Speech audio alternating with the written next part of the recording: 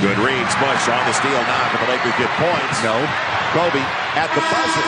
Yes! Oh, my goodness. Don't discount that man. Oh, what a shot on a good top. In this first quarter, I like the game plans, the offensive game plans of both coaches. Oh, and Bryant takes the pass on his way to the hoop from Vujicic. We have seen some excellent passing in this first quarter. Not only in the open court, but in the half-court offense. Lamont Qasim Cantfield was born June 18th, 1983 to Diane and Lamont Cantfield at Pennsylvania Hospital. He weighed 8 pounds and 7 ounces. His mother would describe him as big. It was my son. He was born June 18th, 1983, Pennsylvania Hospital. I was in labor with him for like 19 hours. Mm-hmm. My mom took me I went to the hospital in an ambulance. They had ambulance service at that time. Mm. And they said I wasn't in labor all the way, so they had me walking. And basically, it took a long time for Lamont to come here. Yeah. They said that I couldn't have Lamont natural. I had to have a cesarean, which is a C-section with Lamont. Then God, Mom, she came up there. Yep, she came up there the next day. On that day, it was just a special moment and kind of scary too, but he was here.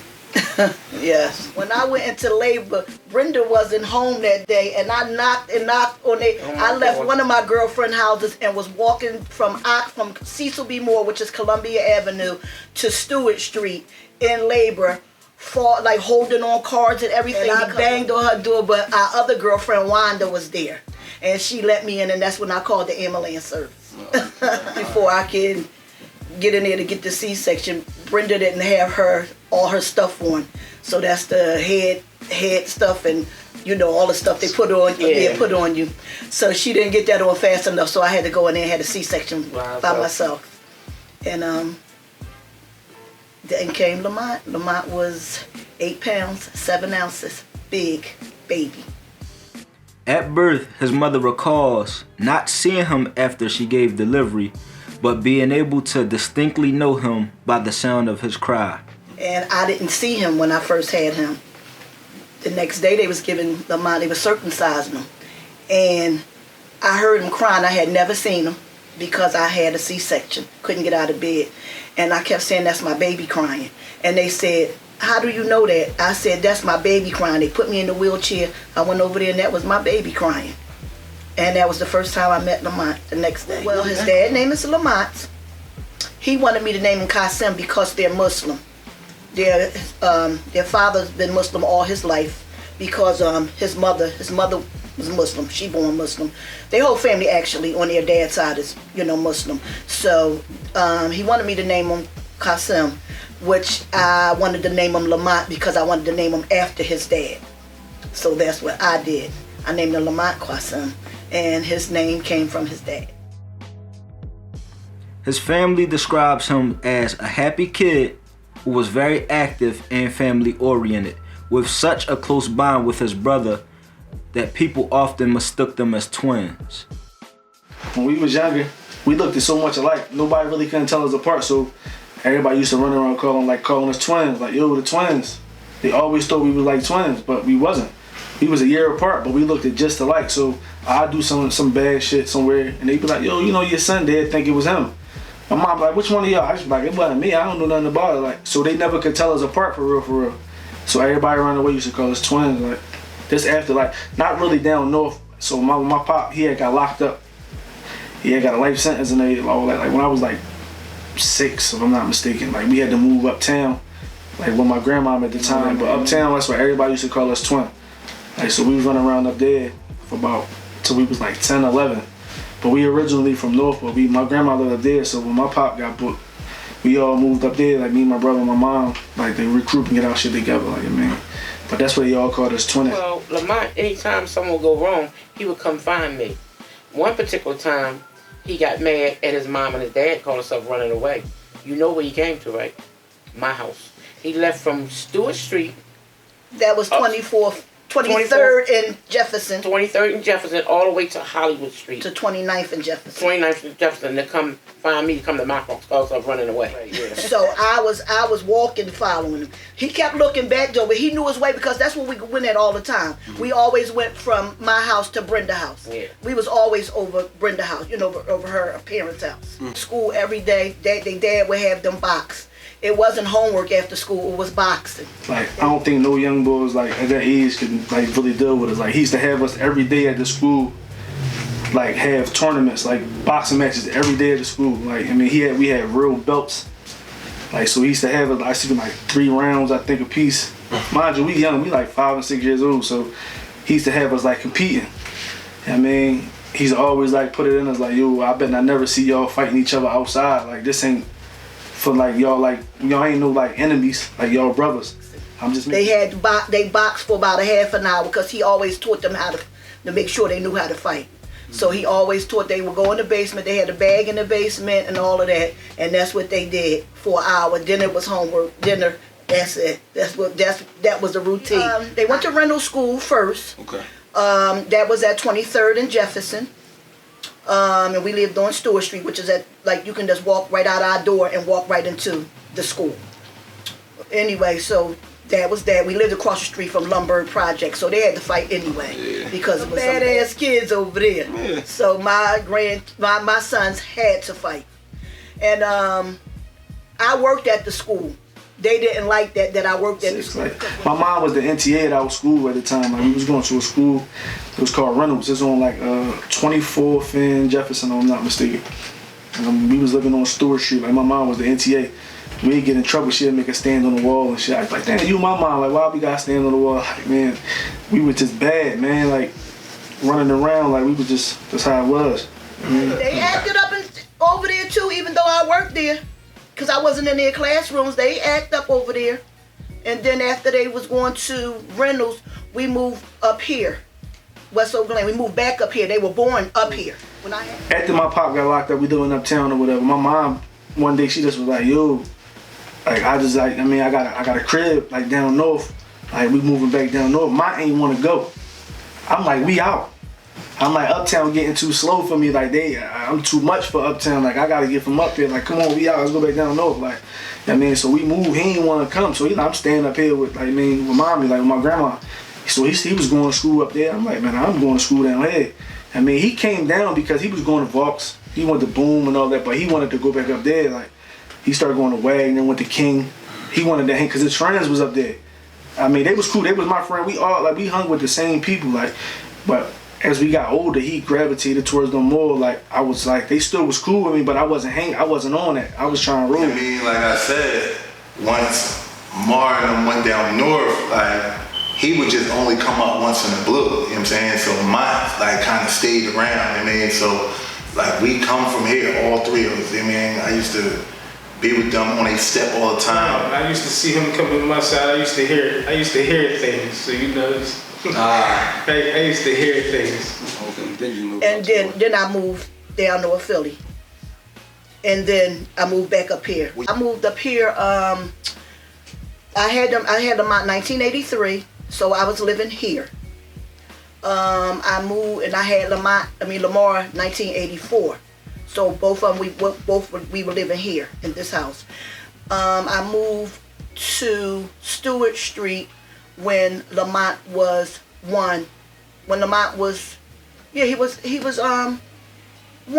I was pregnant when I moved back down Stewart Street. They're living down there at that time. Brenda and Wanda was living on Stewart Street. So Lamont was 6 months old when I started going back down there to stay down there. 6 months, when Lamont was 6 months old, I was already pregnant with Lamar by that time. So that's what I'm saying. So we moved back down there, and then we moved in the house, our own stuff, me and my children, on Stewart Street, which was 200 down from Brenda and Wanda. I said, like, these was my childhood homies. Like, you know what I'm saying? Like, it ain't no what you could do for me. It's like we just growing up, we just figuring it out. You know what I mean? Like, sit on the step, don't lead a step, lead a step.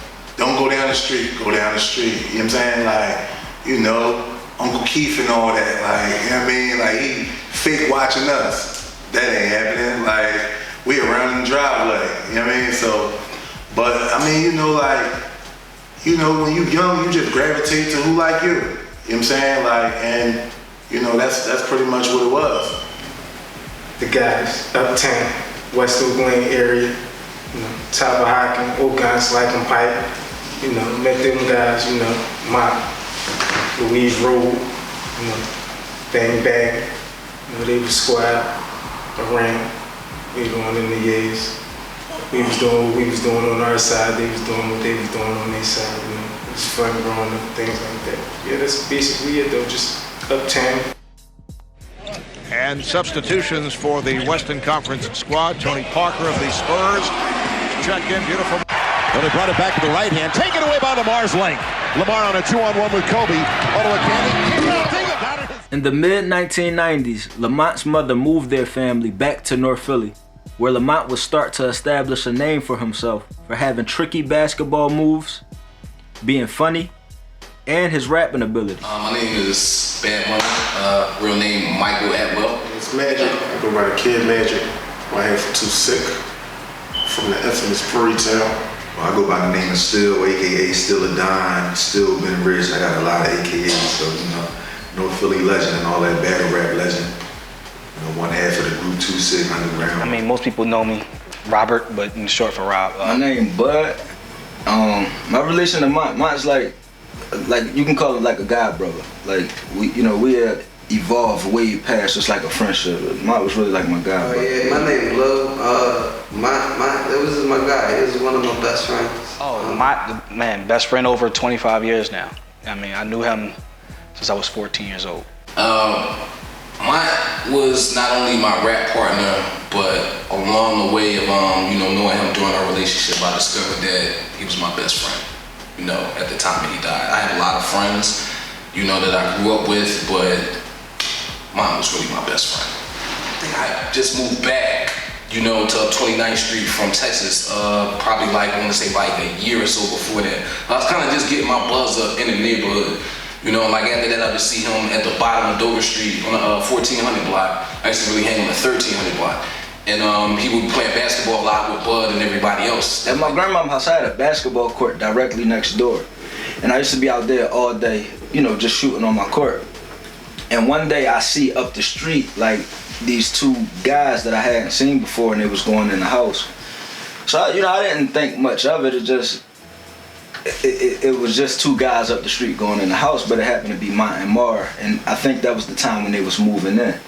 I didn't, think that they would be any problem or anything, and they were older, so I didn't really pay them any mind. But I remember that was my initial time seeing him, and then as he would walk up and down the street, he would be like, pass me the ball, let me get a shot.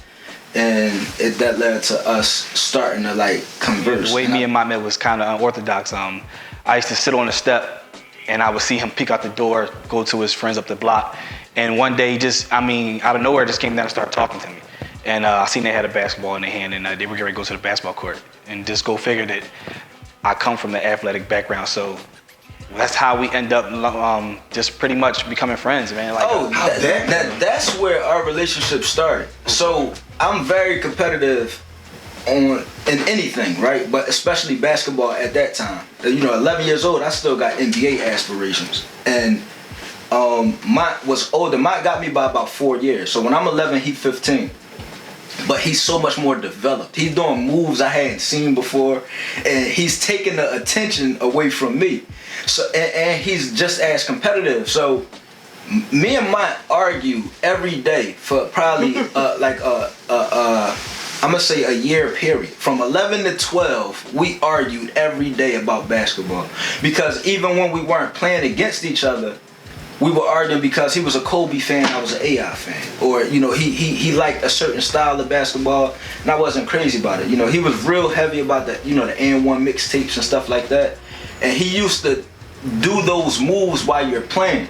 Now, when you playing ball and somebody do a move like that, it's gonna invoke a crowd reaction. You get what I'm saying? Because everybody's watching. So it's like, is you trying to embarrass me, or you get what I'm saying? You trying to play? I was into basketball was our main sport, and we used to watch and1 tapes, and we would go out and try to doodles and one moves on people in the gym. We had a camcorder, and we would take it to down a boathouse, and we would just try to put on a show. He was very good with his handle.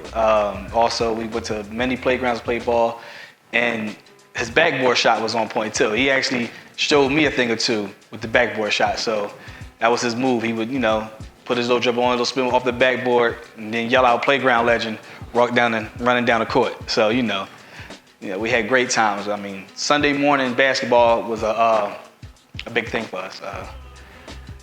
Finally, when we would walk from 29th Street all the way down to just over the railroad track to down Kelly Drive. It was a hall called Lloyd Hall, still there. Sunday mornings was everything. We would get up. You had to be there early. It starts from 9 to 1. You go in there with your 5, you sign a list, and we did it every Sunday. Every single Sunday. So that was a thing for us, man. I was Mott's first rap partner. So we actually met playing basketball. We had similar playing styles. We hooped. So Mott had I got a handle. I would say Mott had a dribble. Like he did a lot of tricks and stuff like that. So that's where I first found that. And I always ran basketball. Like he was a beast with the handle. Basketball.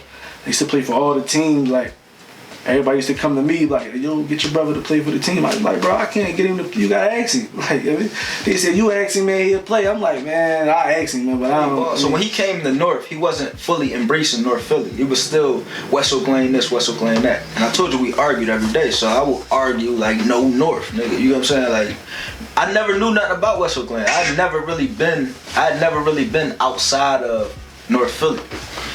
So he used to always tell me like, "No, it's decent up there, man. You tripping? Like this, they same thing they do down here, they do up there."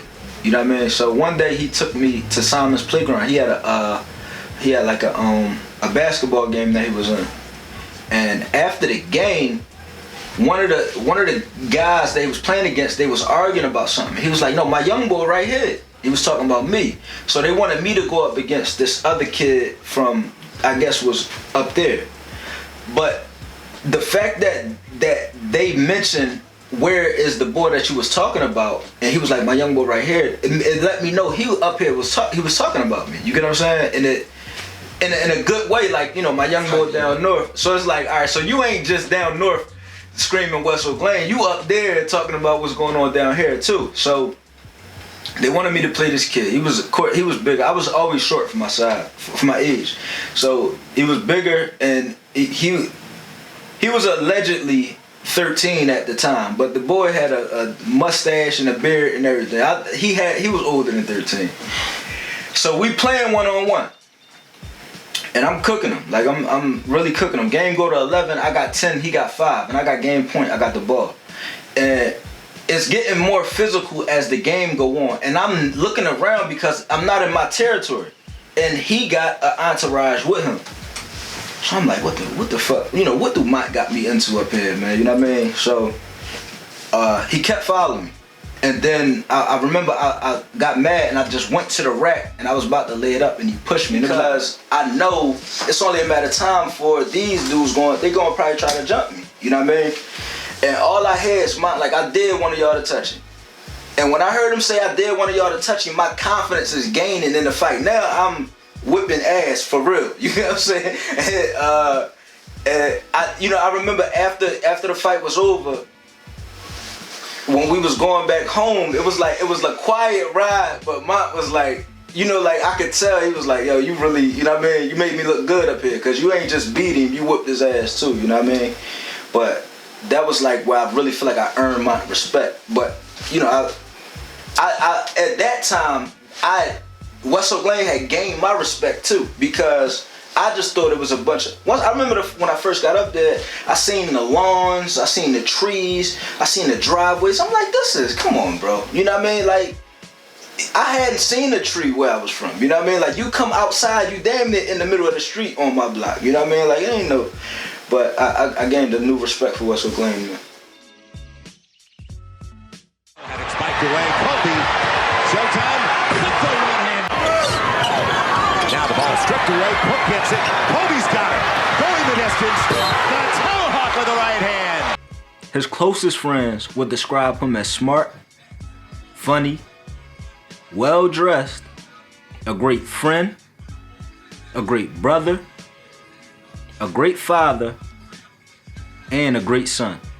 The joke sessions was they were in because we would go in for some time, and it was it wasn't no harm no foul. We was all joking, and I'm trying to think one of his. He could stop in the middle of a joke and just do something out of, like, whether he would just break dance and just start doing something, and it would make people laugh. Like, you could be walking down the street, and this is a good thing before. I remember, because we were so into basketball, I remember we walking, you know how you could walk under a stop sign, and somebody would just run behind you and just tap on the zone and make you fall. He was good for that. He would wait. He would talk to you and be like, yeah, so and then he just tapping on you and push you to the ground. It's some memorable times like that, and like I said, the video games, those was good times too, because he would bring his whole system down.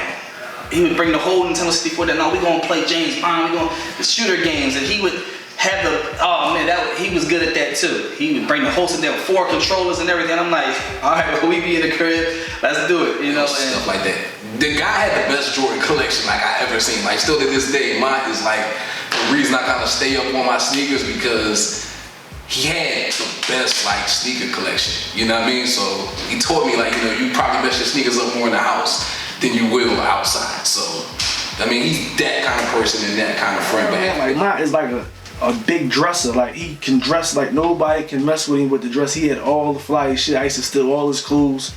Like, I come in the crib, he got the brand new Pepe jeans, a Nietzsche jeans, all when all that shit was out. Nietzsche, Azure, he got the sweatsuits. I'm like, damn, man, this nigga fly as shit. Like, he always got, but I couldn't wear his sneakers.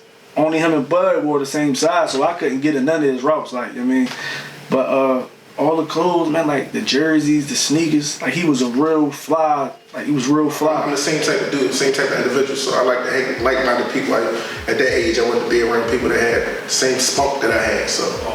So he likes to get off the crowd. Yeah, just a confident dude that whatever you do, whether it be busting on you, telling jokes, playing ball, whatever he did, he always tried to stand out or do something or think of something so he could stand out. You understand what I'm saying? Yeah. My mother's boyfriend one time, me and Mike were sitting on the step, and he was a mechanic, guy rest his soul as well. And he came to the block, he was coming in the house, and Mike looked at him, he said, yo, Tom, you scared to let me and Rob drive that Jeep right now? You scared? And he would do that to egg you on. So Tommy, he was like, he threw the keys to me. He's like, go ahead. Mom was like, yo, we out. Now, neither one of us got a license. Okay, neither one of us, but he egged on, yo, we out. I was like, all right, come on, we go. We get in the Jeep. Now, this is Chevy Blazer. Tires is bald as hell. All right, so we ride. And we think we somebody. We ride up 29th Street. We come down 28th, we go back around. We just ride around the hood at this point. The road was a little slippery. So I go to turn and the wheels start to spin off. And all I hear is about like, oh shit, about to crash. And there's a car coming, so I go this way. And then we start spinning this way to the parked cars. And he's like, oh my fucking God. So I spin this way again. And we straighten out and I finally get there. And Mom was like, holy shit, Rob, you almost killed us. He said, I'm telling you right now, Rob, if you would have crashed, I'd have jumped out on you. I said, what you mean you jumped out? I don't fuck with the house. I'm gonna jump out there on the ramp. You do it by yourself. I said, yo. That boy was hilarious, man. So that was a very funny story for us. I mean, we talked about that one for days. He got to the block and said, yo, man, this boy almost banged out me in the car, man. I was gonna jump out on him and just take off even by himself. So those are some, that was one of the funniest times I can remember us having. One time he was standing up here with my mother and he was going to Martin Luther King School. My mother said, Diane Lamont got suspended. I said, what he suspended for now? She said, he keep on singing all the Temptation songs in school. So I said, well, you wanted him up there, you take him back to school. So my mother took him back to school, and when she got him up there, they said he know every Temptation song and he know all the steps. And that's what he was doing. And yes, doing in his classroom, doing all the steps, singing in there. And that's what he got suspended for. And they asked him, where you learn all those Temptation songs from? And he said, my grandmother play them all the time. So when she got up there, she said she couldn't even say nothing to him about it. She couldn't even be mad because she played all the Temptation songs for them. But they loved that Michael Jackson too back in the day. Loved that too. But that's what he got in trouble for. My mother said when she got up there, she never been so embarrassed in her life because she didn't know what to say. I don't know where that shit came from. Like, he was motherfucking hot sauce and one nigga out of nowhere, and then he was rapping. I'm like, what, nigga? Where the fuck are you coming from with a microphone? But that's my man. I'm gonna support you. I'm the nigga that's gonna tell you that shit ain't hot, bro. He got better. He got better. And he got better. So I come home from a placement, and like he's like, yeah, man, you know, like I be up here doing the rap shit with Dame, and I'm like, man, you ain't no rapper. At this time, like I like the punchline rappers, like I like the Cassidys and the motherfuckers. That shit corny. I don't want to hear that shit. He's like, hey, what the fuck you mean it's cool? Like you hate? I'm like, I ain't hating, bro. Like that's not. I don't want to hear that shit. So I mean, he was rapping, but I wasn't listening to the way he was rapping. So I was like his big critic. He's come in like, yo, how you like this shit? I was like, no, that ain't it, man. He's like, what you mean that ain't it? He looking like a different, like, so mine is split between two neighborhoods, to my knowledge. Uptown and down our way, Brewtown. So he picked up stuff, so he was rapping up there too, so I guess he didn't really want to take it serious for the split time, I don't know. But when he came back and he had them bars to me, I told him, yo, let's get busy. He was just a real genuine dude. You know, like, even when I started like recording my first songs, and we actually let him hear the first song that me and my partner ever made, my partner Magic. So the first song we ever made was called What You Got Against Me, and we let Mike hear it. So it was just one day out of the blue, we was just chilling, and I was like, man, he's like, man, you know I listen to that joint every day, man, I bang that joint in the crib. So I'm like, damn, yeah, I'm like, man, that's love, man. He just understood the game as far as like if people don't respect your music as an artist, he knew that people respected consistency more than they respected talent. You know what I'm saying? And his whole thing was, if we got talent and we give them consistency, how can we lose? You know what I'm saying? And then he just was like rapping. Then that nigga just came in one day like, yo, listen to this junk, man. Like, he spit some shit to me. I was like, yo, bro, that's it right there. Like, you got that shit. Like, that's how I want you right there. That's what I want to hear right there. Don't stop rapping like that. And ever since that day, he never let me down with the rap shit, man. Like, he never let me down with that shit. Nobody could fuck with him down my way with that rap shit. That's our first song. I guess our first song. Like, it was a little freestyle. We had a homie named Rob. Rob had a whole ghetto studio set up in his crib. In the house and listen to instrumentals. That was the thing. If we didn't listen to rap, we would go to the music store to buy. At the time, you can buy instrumental CDs. And everybody knew me on the block for having the speaker outside playing instrumentals. And all our friends would be at the step, and that's all we listened to. And then that's why I think Mike developed his love for just wanting to rap, listening to rap, and then he just decided to say, look, no, I'm gonna start rapping, I'm gonna do it. And you know, he started off with his notebook, and it just gradually became something that he did every day. You know, we would sit and play the game, he'd be like, oh, I'll be back, I'm about to go write. I'm like, all right, man, go ahead. You know, I see when you get back down the street. You know, and say, or later we bring the speaker out, and then he would just go ahead and, you know, start rapping what he wrote. Yo, how that sound? And I was like, yo, man, I said, you tight. You know what I mean? So whole get up. Yeah, it was hood, but we recorded off of like I think it was like the holiday beat, like holiday. So that's taking y'all back to how far it was. We recorded it and we smashed it down, and then after that, he just got real into it to me. I mean, it's only really 3 words to describe, you know, the type of MC that Mont was. He was best kept secret. You know, that's the only way I could really describe it. He wasn't just one type of rapper. He was just so versatile, so creative, you know, and just so diverse and so just socially conscious and aware of what was going on, you know, in his environment and just how the world worked, you know. So I'm not saying he was like a common sense type rapper, but I think Mont just had like a different knowledge on how the world worked, you know, and just how the music industry worked and what it took to just, you know, survive out here in America as a black man.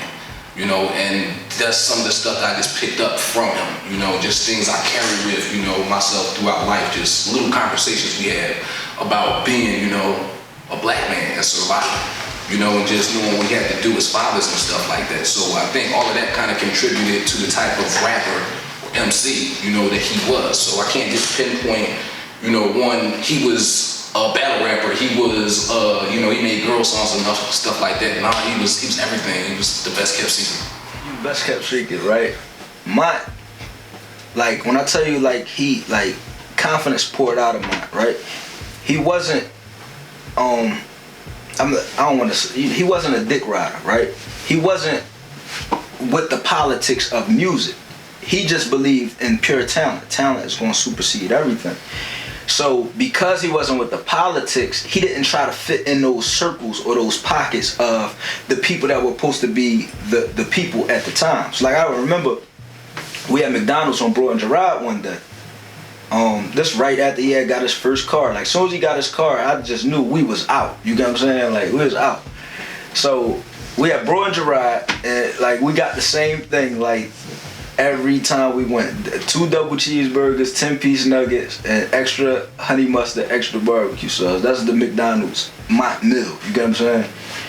And while we ordering, Young Bob come in and he got a little entourage with him. Young Bob DVD, the hottest DVD in the street at the time. So he behind us.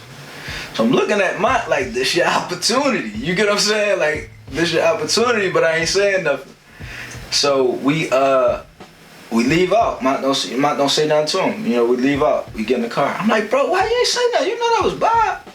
He like, bro, like, I'm not, you know what I mean? I'm not going out my way to speak to nobody that ain't speak to me, bro. He know what I do. And if, you know what I mean, if he didn't reach out, then I got more work to do. You know what I mean? Like, I'm not, and because of that, it kept him out of those circles. You get what I'm saying? Like when the DVD era started to pop off, he wasn't really featured on them as much as he could have been because he just wasn't with the politics. And because of that, that's why he called himself the best kept secret. Like I'm really the best, but because I'm not with the politics, I'm not gonna really get, you know what I mean, that recognition that the niggas that's running around, you know, asking you for favors all day gonna do. You know what I mean? He believed in putting the work in. You gotta figure if he requires like 16 bars a day, the recording process was like song after song a day. You know what I'm saying? Like we had our own studio, so he would come to the studio and he would record, like we would be there all day, every day. You know what I'm saying? So that, but in even having our own studio, like we recorded before he came around, but when he came around, it was like all that shit went to the max. You know what I'm saying? It wasn't like, all right, yeah, bad, we're gonna record this song one day, or we're gonna record, you got a track, I got a track. No, when he came around, it was like, no, nigga, we writing all day and we recording all the shit that we write. You know what I'm saying? That's just how, because this whole idea was, not only are we writing every day, but we also recording every day. We recording ourselves, so we still learning how to work the boards. We still learning our sounds and how to work with each other. So his whole thing was just to constantly work. Like he was rapping with them. They was a squad. Like used to be him, Dane, V. Dot. There was another nigga rap with him named Dollar. It was a bunch of them. They used to be rapping, battling all them niggas uptown and all that. Battling the nigga Sis and all them. They used to be battling. This is before DVDs and shit was even out. This was on cassette tapes, like VCR tapes. You know what I mean?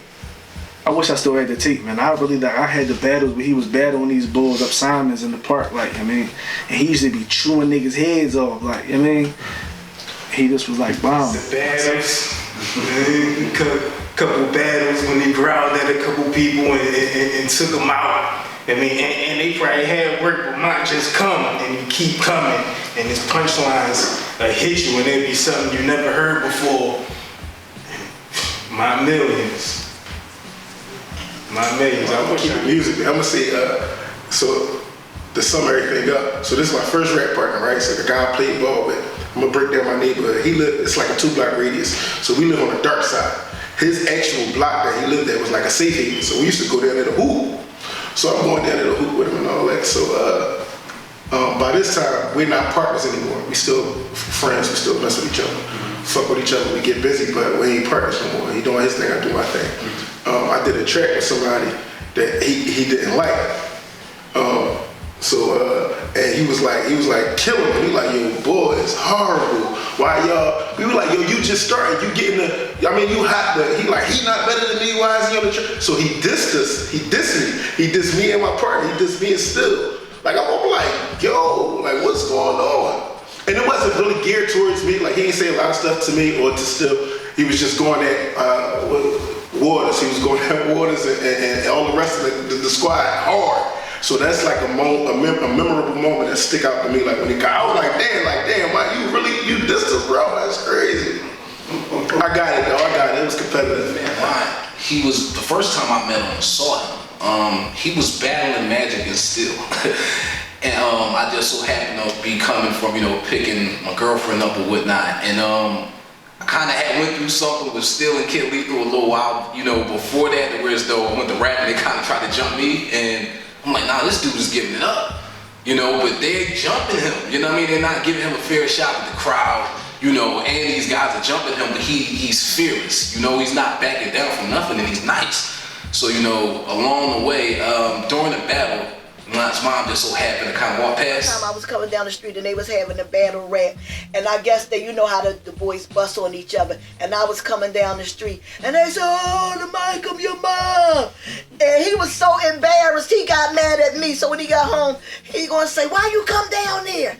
I said, I was walking past, I was going to the Chinese place, I wasn't even thinking about y'all rapping. But I heard him, I said, damn, Lamont sound good.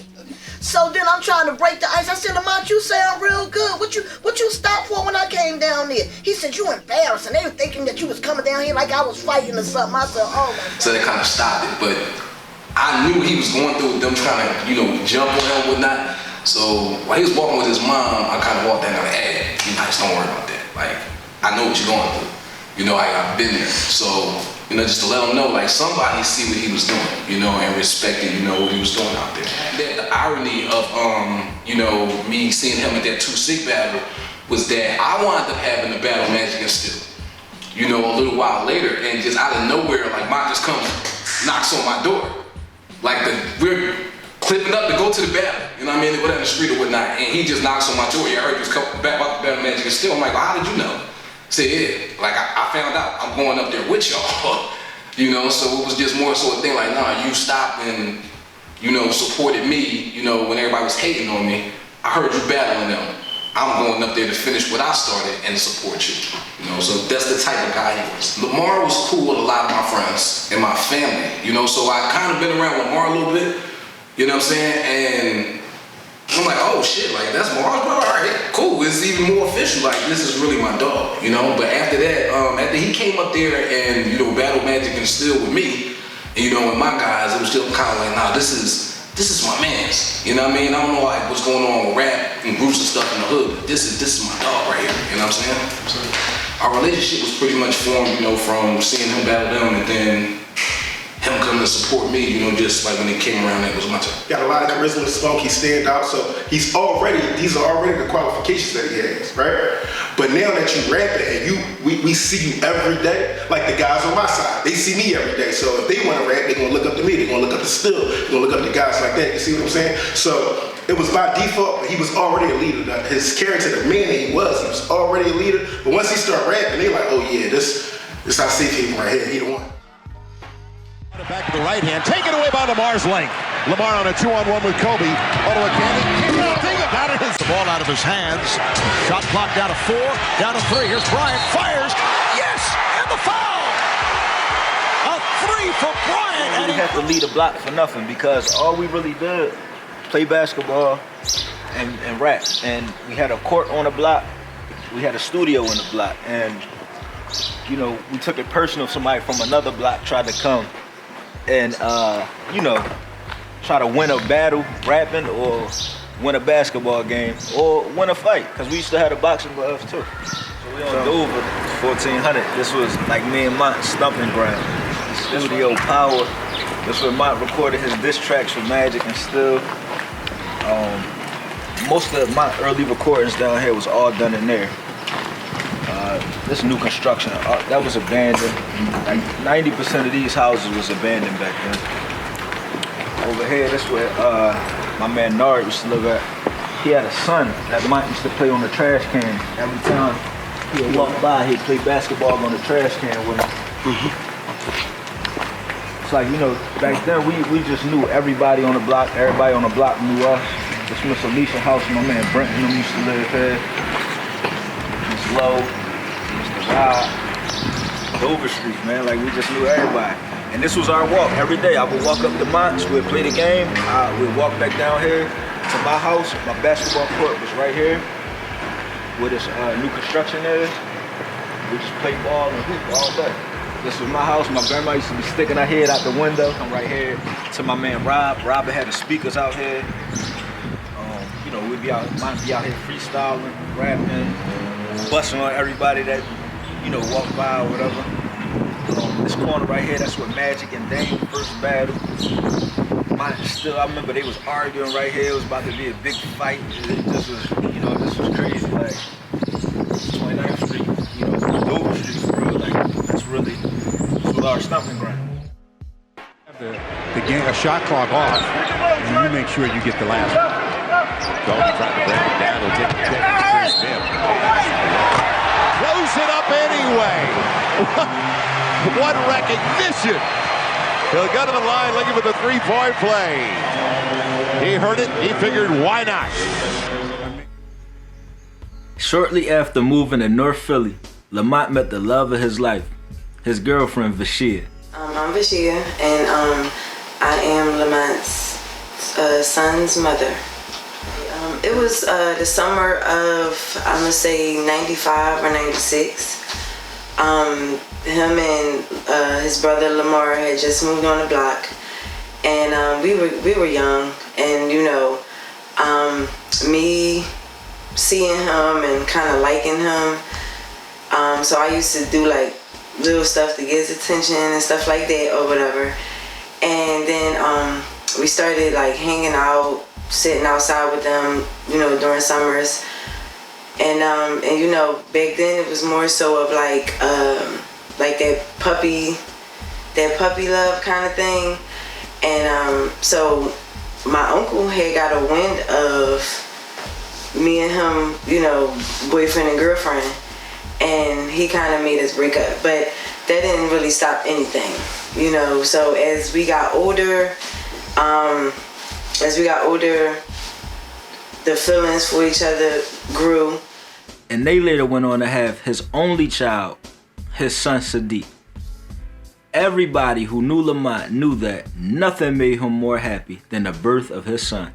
Oh man, he loved it. He loved the Sadiq when he was born, man. Like, that was like his pride. He was so happy. I could see that. She was like, yo, man, like he was happy as hell. He used to call me like, yo, man, who you think he looked like? I was like, bro, what you like, what you mean? He was like proud of that shit. Like, cause I had a daughter like right before that. Like he was like, yo, man, I want a baby bad shit. Like, I mean, then she had popped up pregnant. I was like, Sadiq, I'm his son. And I didn't know I wasn't supposed to blurt it out. And I told Lamont. And Lamont was so happy. I mean, he found out. So then, you know, all he kept saying was he wanted a son, he wanted a son. So I'm like, well, you know, I was thinking that I was going to have a girl because his brother had one. So I was thinking that I was going to have a girl, but then it ended up being a boy. But he was there. He was at doctor's appointments.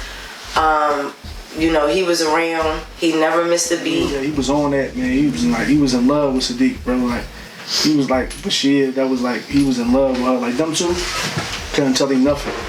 That's what he was on. He wasn't changing his mind about none of that. I mean. Fast forward to when I get ready to go in. So his mom had went with me to the doctor this particular day, and I just was over it. I was over it. I was ready. And we had went to the doctor. First we had went around he was around his friend's house, so we had walked around there, and he was like, well, you know, if you go in, just call me. I'm not coming up there with you. Me and her went to clinic this particular day, and they told her she was in labor. So once we went to the doctor appointment, they said he was keeping me, so his mom had called him. I called him and told him She was in labor. He was hollering and screaming through the phone, so happy. Came up there and said, "Mom, you can go home now." I said, "I'm not going nowhere. I'm staying up here."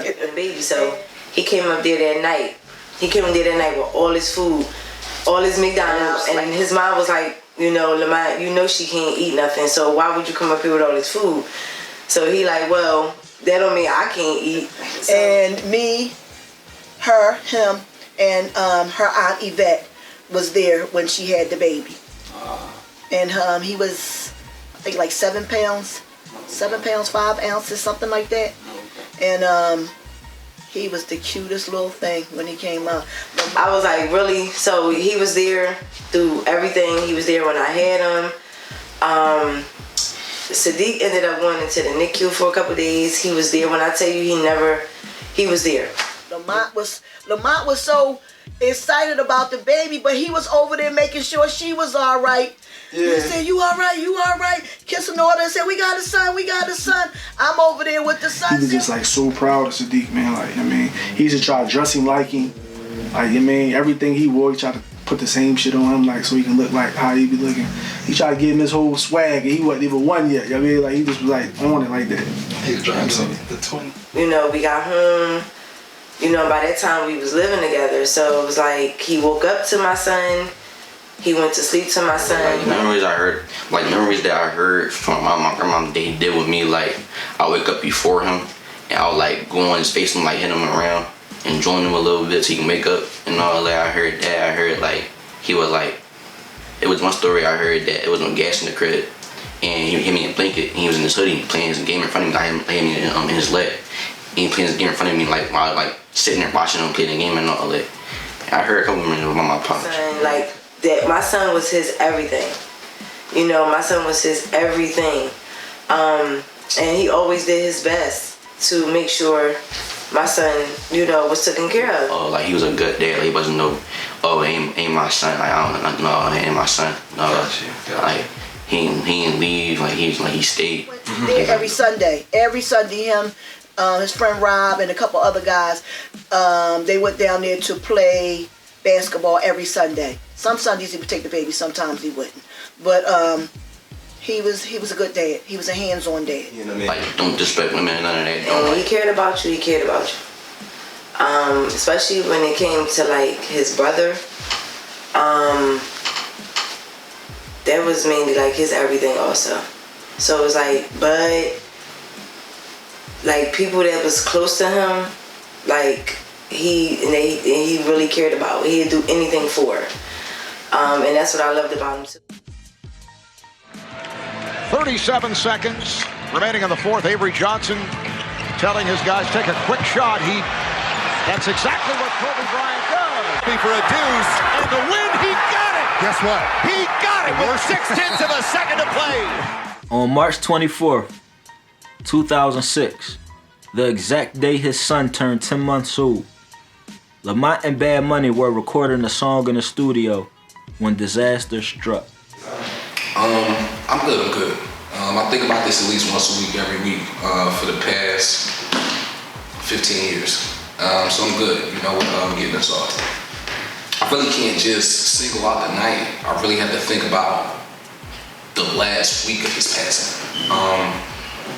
We decided we were going to do a DVD, of some sort, because we were calling, other people to get on their DVDs and stuff like that, and we didn't get along with Magic, You know what I mean? So Magic was kind of buzzing, like on the DVD scene in the Philly area at that time. We were buzzing in the street, and in different neighborhoods and stuff like that. But Mom wouldn't do for you, man. If you was going to roll out somewhere, you was going. And if you had a problem, he be trying to solve it. Like, where they at? Let's go. Ain't that kind of problem. He always thought it was a problem when you about to rumble somebody. It couldn't have been a rumble, but he was for you, man. 100%. I want to say 7 days before he passed, we shot a DVD, some DVD footage and whatnot. And like we had the most fun, like that probably is the most fun ever rapping, like, with my homies I ever had. And probably like 2 days after that, a guy from our neighborhood, he got killed. And me and Mom was just talking. I said, this is crazy, man. Like my cousin got shot last week. Just like 4 days before this guy gets killed. And then he gets killed. Like, we gotta go hard with this rap stuff. So mom was like, man, look around this room. Somebody's not gonna be here before the sun rises. And I looked at him like, hey, you tripping? Why the fuck would you say that?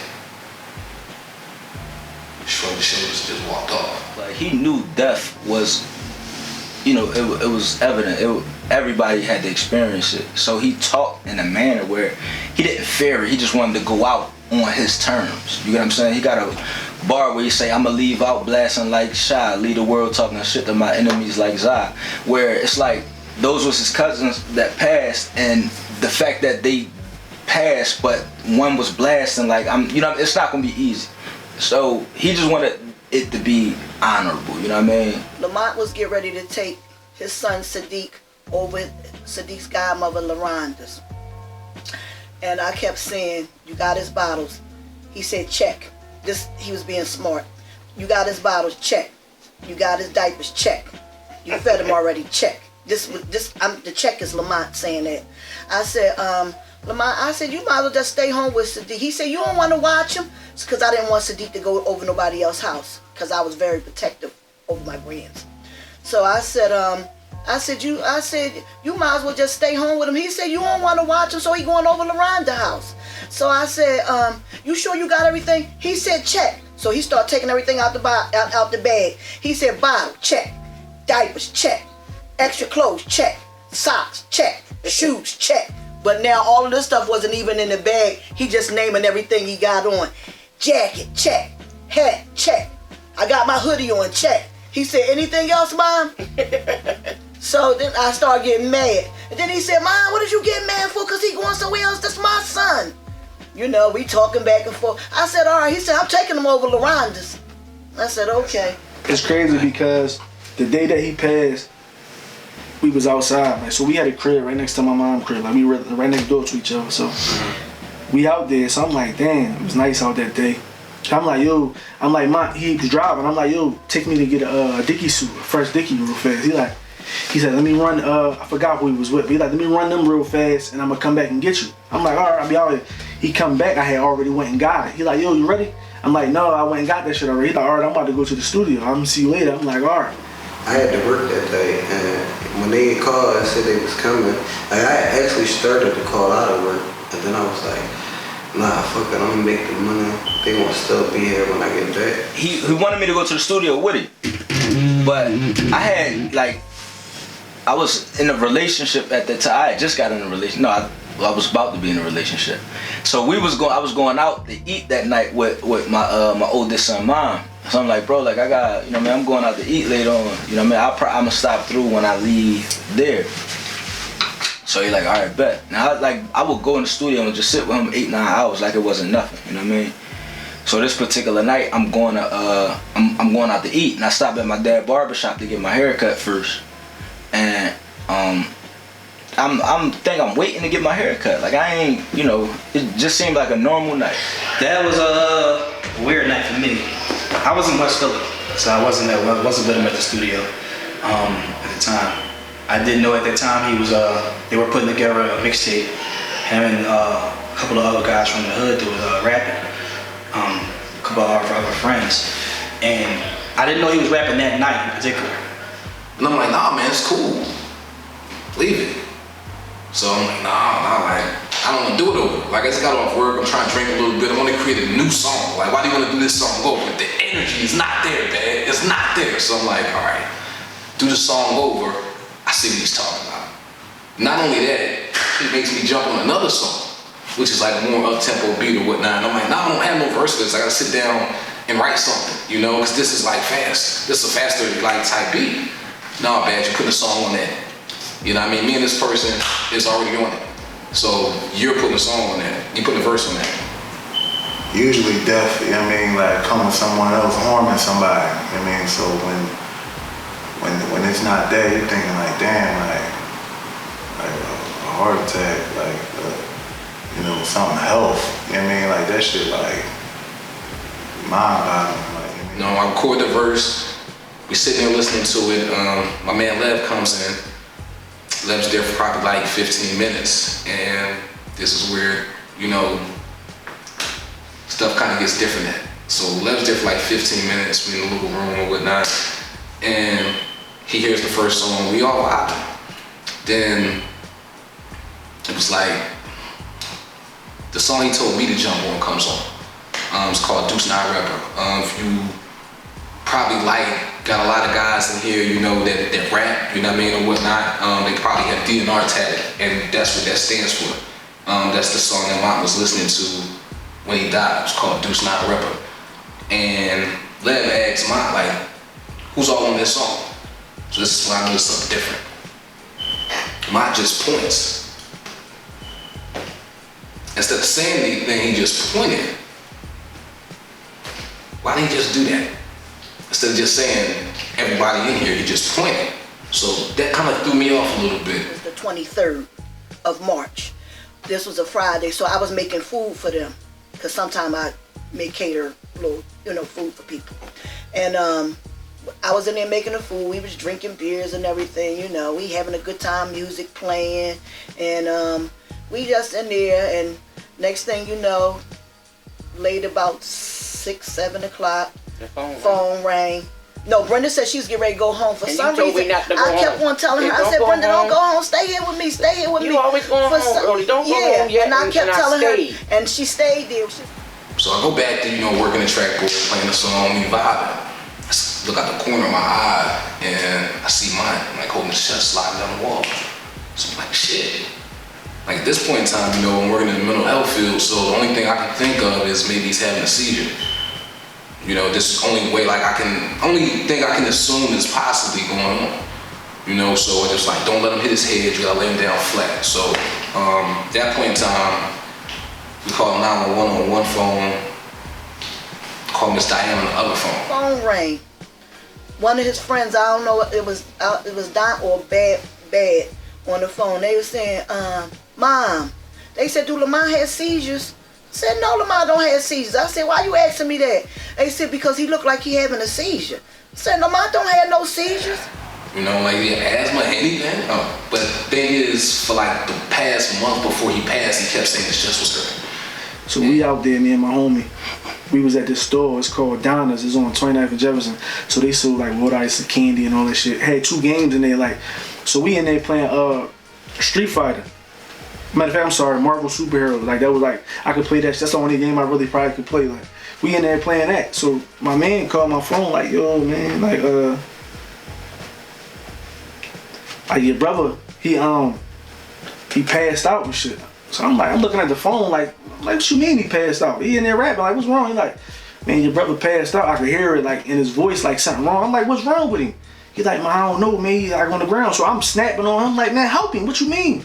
He no, I don't know what to do. I said, man, what you? So now my mom calling me at the same time. So I'm she telling me man, your brother passed out. Everybody crying and all that. So I'm damn. So now scared. I'm going back and forth. Next thing you know, they call me and they saying they taking him to the hospital. The man said he started back breathing. I said started back breathing, but they was working on him at his friend Bad Money, which name is Mike. I don't call him Bad Money, I call him Mike. Low had just left to go to work, which is the other one that they be with. They all rap together. So I had to work at 5, so I let homie die, and that's probably 12. I stayed there with them till 3. Got to work at 5. Then he called me at 7, yo, Mont not breathing, he on his way to the hospital. We was wrapping up for the day, and his cousin got a call saying that Lamont had passed out and he wasn't breathing. So she informed me, and I didn't really feel anything. I thought it was just maybe the weed came, just not even thinking anything. So I had so she told me that I can leave. So I called Bud, because Bud was right down the street. I called Bud. I think Bashir called me and said, I think Mont passed or something like that. And I'm it caught me so off guard. I'm like, what are you talking about? You know what I'm saying? It didn't even seem real. So I'm shit, I'll call you back. And I hang up, and I'm trying to process what the fuck she just said to me. You get what I'm saying? Just those phone calls, you know, with Miss Diane, and I had to work 2 phones. Other guys that were there didn't know what to do, what to say, but because of the field that I worked in, I kind of had a little bit of knowledge on how to handle a situation like this. So I'm working the 911 call on one phone and explaining to Miss Diane what's going on the other phone. I just remember the ambulance taking a long time to get there. And when they did come, you know, they tried to do everything to, you know, resuscitate them, and we just sitting there watching. And I was thinking, you know, he's gonna go to the hospital, he's gonna be all right. You know, so I'm just thinking of things like, damn, like, I don't know what's going on. Like, he don't have asthma, he don't have a history of seizures. What could possibly be the reason, you know, that he just slid down the wall like that, holding his chest? So now my mom calling me at the same time. So I'm like, she telling me like, man, your brother passed out, everybody crying and all that. So I'm like, damn. So now I'm trying to figure out, like, I think the cops had just took my car or something. Like, I'm trying to figure out, I'm trying to get down there. Like, I'm like, yo, man, what's going on? I'm trying to get down there. He gave me another call, like, yo, man, like, we rushed him to the hospital and all that. I'm trying to get to the hospital. Lamar came to my house and he's like, what happened, bro? I was just like, I'm not explaining what's going on. Lamar on the road to the hospital. Hospital was probably like 6-7 blocks away from my house. I decided to walk. We was in the house. I was on the couch crying, and I grabbed my chest and I said, Brenda, I said, my son died. Like that. I was like, and she died. said, don't say that, don't say that. He couldn't have died. I said, yes, he did. I just felt it. that my son died. For some reason, my chest started hurting real bad. When we got in Squeak car, we started following the ambulance. When we got out, we got out the car, after we followed, I said, Squeak, slow down. I said, Lamont died. And of course, Squeak was driving fast behind that ambulance. When they got out, they was pumping it. And I was saying, Lamont, come on, hold on. They wouldn't let me come in the back at first. We had to stand out front. By that time, the guys that he was rapping with, they all came to the hospital. We was all standing in the hallway. They said, Mom, come back here and talk to your son. I whispered in Lamont's ear. And I said, Lamont, if you are tired, you can go ahead and go to sleep. I said, because I'm going to make sure I watch over Bashir and Sadiq. Lamont flatlined. Right in front of us. Got like halfway to the hospital and Miss Diane called me and told me he passed. It was truly still to this day the hardest day of my life. So I'm in West Philly, and I get a phone call from my mom. Now, we live on the same block. So she calls me and she's crying on the phone. And my mom don't normally call me crying unless something is up. So I'm like, Mom, what's going on? Why you crying? She's like, you gotta come down to the block. Something happened to Lamont. All right, what happened? I just need you to come to the house. Mom, tell me what's going on. All right, I'm on my way. Then my mom called me like, yo, man, like she crying real bad, like, man, like your brother passed and shit. Like, I couldn't believe this shit. Like, I'm like, he passed? Like, what you mean? Like, I only see motherfuckers get killed like in the streets. I don't even really see like somebody like just dying like out of nowhere. You know what I mean? I'm saying that shit had fucked me up. It crushed me in every way. I mean, I left work, went to the hospital. By the time I got there, he was gone. So I'm still not thinking nothing of it or whatever. So we on our way to the hospital, and I get out the car, and his mom come running out the hospital and was like he was going, and I broke down. I broke down and cried so hard. And I called Miss Diane, and I'm hoping she just talking regular. And, you know, it's a misunderstanding of something. And when I call her, she like, yeah, bud, he gone. And I'm talking about, like, all of the, like, my legs went. You get what I'm saying? I was outside my dad's shop and my legs went. Like, I just went limp. I just fell. You get what I'm saying? Like, I couldn't believe, with no warnings, no signs, no nothing to suggest that this is on the horizon. It just imagine you living your life one day and then you get a call, your brother is gone. Ain't nobody kill him. He didn't get in a car accident. He didn't fall from nothing to point to or nobody to blame. You get what I'm saying?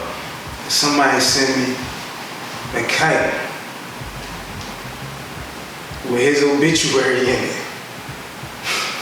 And that's how I found out. Whew. Shit took me out. I mean, then the letters telling me how it happened. Whew. Shit was different. Shit was different. Like, why mine? Why this moment? I mean, he could have been doing anything in the world. Like, you know what I mean? Like, why right now? Why did you choose this moment for this to happen? Like, you know what I mean? So that shit just like, I mean, still to this day, I still like, I don't understand it. I mean, like. So I get to the house, go in the crib. She's hysterical, she crying. She was, come on, sit down. Talk to me. I'm like, Mom, what's going on? Just tell me what's up. I said, Ma passed away in the studio. Like, what do you mean Ma passed away in the studio? Like, what do you mean, like, what's going on? What happened to him? He had a heart attack in the studio and he collapsed. And I said, well, where is he now? He said, he's at the hospital. And I said, well, where's everybody at? Miss Diane was on the street. And that's the hardest walk. I had to take up that street. After the passing of Mont, it sparked an infusion of young up-and-coming rappers in the neighborhood, starting their careers, in part to pay homage. They pay tribute to him by pushing his legacy forward and keeping his name alive. Final seconds, down to 2. Kobe for 3. Yes! At the buzzer! Kobe enjoyed it. Wade did not. Got it inside. Didn't get the reward, though. And Andrew sees Kobe's out there. Man of the Kobe on the 360. Big old Simon, Ghetto Babies, Northside Dirty Mouth. PIP Mont, the best kept secret. I know Mont from being my brother's best friend. Like, they were so tight, like, I could have thought Mont was my brother. That's how I know Mont from the parks. Mont Millions, friend of mine, neighborhood friend of mine, brother of mine. Mont was my young boy. He's a hell of a dude. I have much love for him. And he's like a legend. His basketball game was off the hook and whatnot. And besides that, he was a scholar. He was smart as I don't know what. You know what I mean? Man, much love to Mont. Them little ass feet, because you always had the joy, you hear me? I miss you, man. I love you, man. How you know Mont? Shit's white, man. My name is Jefferson, born and raised. I knew Mont from way back, day one shit. That's bro right there. That's Mont Millions, man. My name is B. Smith. I knew Mont from Dover Street and being around Brewerytown area. He inspired everybody to rap, so that should speak for itself. And we screaming his name. You know what I mean? PIP Mont. Murder on niggas' territory, you feel me? His son Stack, you feel me? That's Lil Cuz, my baby boy, you feel me? Like, we just stay tight with the family, you feel me? His son know who he is, we make sure of that, you feel me? And you know, we still tune into his shit and all that, you know what I mean? Because music timeless, you can listen to it 10 years from now, it's still gonna be hot. I think you should be remember this dude, man. You know, as far as like the rap tip, like, you know, him, Magic and all of them, they were the first dudes that was rapping down the way and rap beats and shit like that, you hear me? Yeah. He was a good ball player, you hear me? Yeah. He was, when he had his son, you know, he wasn't around a long time for somebody. He was a good father, you hear me? Funny dude, you hear me? Inspired me to just to be you, like, I mean, he wasn't no full throttle street guy. He was just loved by being him, like, I mean. The best, and he was humble, you know what I'm saying? He's the best and he was humble, you feel me? So that's why I carry my shit how I carry, you feel me? Sometimes. Best kept secret, he's still here. We gonna hold this shit down forever, forever, forever. Love you, gang. I think the way people should remember mine as a pioneer. The reason why I play basketball is because, sort of in a sense, in competition, I wanted to be better than him. And I think a lot of the people that rap around here wanted to be better than mine in rapping, and he kind of paved the way for that as well. Man, I just want to take away, like, man, like, if it wasn't for him, man, none of this shit would be possible for most of these dudes, man. Like, nobody would be thinking about rapping. Nobody be, like, out here doing what he was doing, man. Like, I mean, he paved the way for this shit. Like, I mean, DNR, you hear people scream that, he came up with that Deuce 9 rubber shit. Like, he just out of nowhere, just like DNR repping that Deuce 9 repping shit. Everybody just started saying it, like, I mean, so you would hear people saying it came from him. Like the rappers, bro, nobody wouldn't be rap. Nobody wasn't on no rap shit. Like he brought that to our area, like 29th Street. He brought that. People gotta take like, if it wasn't for Mont, that shit wouldn't really be possible for most people. And they see like he was like a genuine person. Like if he loved you, that shit was there. Like he just was like passionate about the people he loved. I mean, I got this like 24 hours, not even like 24 hours, like exactly 24 hours after he passed. It didn't take me a second thought to, you know, think about getting it. I knew like the next day I needed to get this tattoo. Wish he was here. Life is a Bronx tale, so I show no fear. It was basically like a bar that points out how most times you are taken for granted while you're living, and you know, only in death do people really appreciate your significance and who you was, you know, while you was here. So the best kept secret. The best kept secret. He was a great dude, man. He was loyal. He ain't had no shiciness in him. You hear me? Yeah. He say how he felt. You know what I mean? So you know, he was a great dude, man. He inspired motherfuckers down the way of rap. You know. Yeah. Remember, he used to bring his uptown homies down there to in his little rap battles. You hear me? Yeah. Nah, I mean, but I love you, man. I miss you. You hear me? Lamont was a good boy for us. He'd never been in trouble, never been to a police station or none of that, never been arrested, worked, took care of his son. That's what I want them to know about my son. He was good and he loved to rap, and he inspired a lot of young people to rap.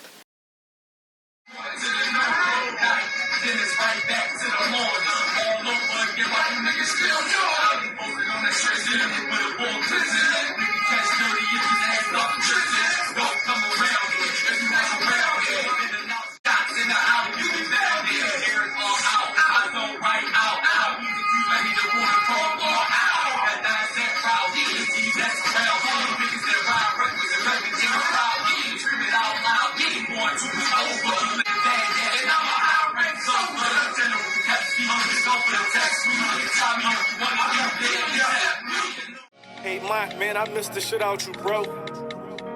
I'm just sitting back thinking, man, how we was young boys, man. And our pop used to have us boxing with the boxing gloves every day at the school. Man, we had real belts. It was real live matches, like every day. Like we was getting that shit in. And I had all 3 belts, and you wanted them Jones bad. Man, you came out of nowhere for like a week or 2 straight, man, and beat me for all 3 of them. You had me hot. I told myself, man, I'd never take a loss again ever in my life. But you was my brother, man, I loved you, man, and I accepted it. I teach Sadiq and Marad the same thing, man, I got him on the same wave we was on. I make sure I tell him, man, don't never do this shit in public, man. This how we was taught, man, this how we was raised. This how you become a soldier. Man, I wish I could talk to you, man, but unfortunately I can't. So I'ma text you through this phone, man. Hopefully you get it. I love you, Mont. My text message to Mont. This shit is crazy, bro, I'm here, you not. So much dirt I did in these streets, a law should swap out on spot. Got so much that I wanna tell you, man, I don't think I can stop. How these coppers all on my ass from all these cases I got. Ready dead, I can't forget about rocks. But shit, they probably mobbing with you, bro, to save me a spot. For when I die, I'll get rocked. Out on these streets trying to survive from the plot. From the phonies we thought was homies, bro, these niggas is not. Cut from the same cloth, these niggas frauds, talk to the law. Pulling pistols on their homies like Tony, these niggas lost. Told me always keep my word in my balls, and I won't break them for nothing. Loyalty come with a cost. It's rude letting it off. Since you been gone, a lot of shit done took a change for us. Yeah, I be the murder, Fat Daddy can say the same for him. Trying to ease the pain for him, answer every call. He a lifer, he still fighting, be precise, he know the law. Been so long, and like a dime in the mountains, he standing tall. And that nigga like my brother, I love him, I risk it all. Just to see him walk up out of that prison, missing my dog. I just hope he takes shahada and gravitate towards the law.